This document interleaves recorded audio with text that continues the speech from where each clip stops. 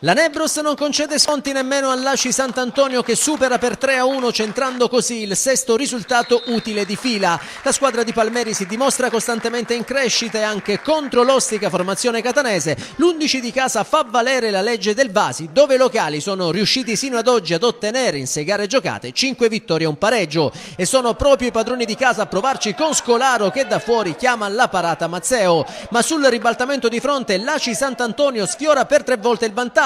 Prima con Genovese il cui destro a colpo sicuro è deviato in angolo da Conti, poi con Till Lopez che da posizione invitante spara alto l'invito di Lemura e infine con Catania che col destro conclude sopra la traversa. La Nebros però torna a spingere dopo la punizione di Petrullo che si perde fuori per questioni di centimetri. I padroni di casa passano al minuto 24 quando Travaglia raccoglie il tiro di Pontini finito sul palo e da pochi passi mette alle spalle di Mazzeo il pallone che spiana ai suoi la strada verso la vittoria. Per il capitano della Nebros si tratta invece della terza rete in campionato. La squadra di Palmeri insiste e poco dopo sfiora il raddoppio con De Gaetano che manda a fil di traversa l'assist di Pontini, mentre il colpo di testa successivo di Bontempo trova la decisiva parata di Mazzeo. L'Aci Sant'Antonio però è vivo e al 40° solo la traversa nega a Till Lopez la gioia del gol. Lo stesso centroavanti biancoazzurro ci riprova al 45° ma la sua zuccata finisce alta non di molto.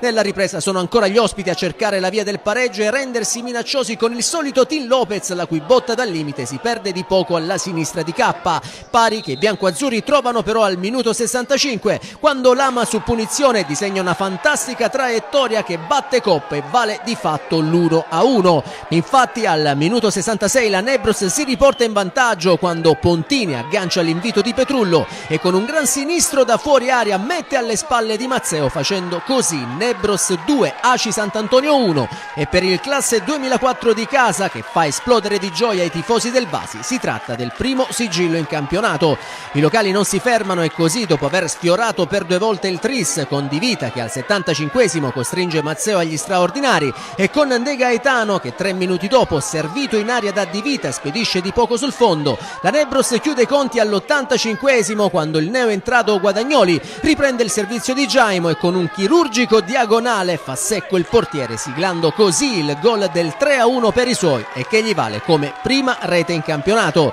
Nel finale gli ospiti tentano comunque l'assalto disperato ma le conclusioni di Lama prima e Till Lopez poi non sortiscono l'effetto sperato. Con questo successo la Nebros si porta a quota 18 punti in sesta posizione a -3 dai playoff mentre l'Aci Sant'Antonio rimane fermo a 12 e scivola in zona playout.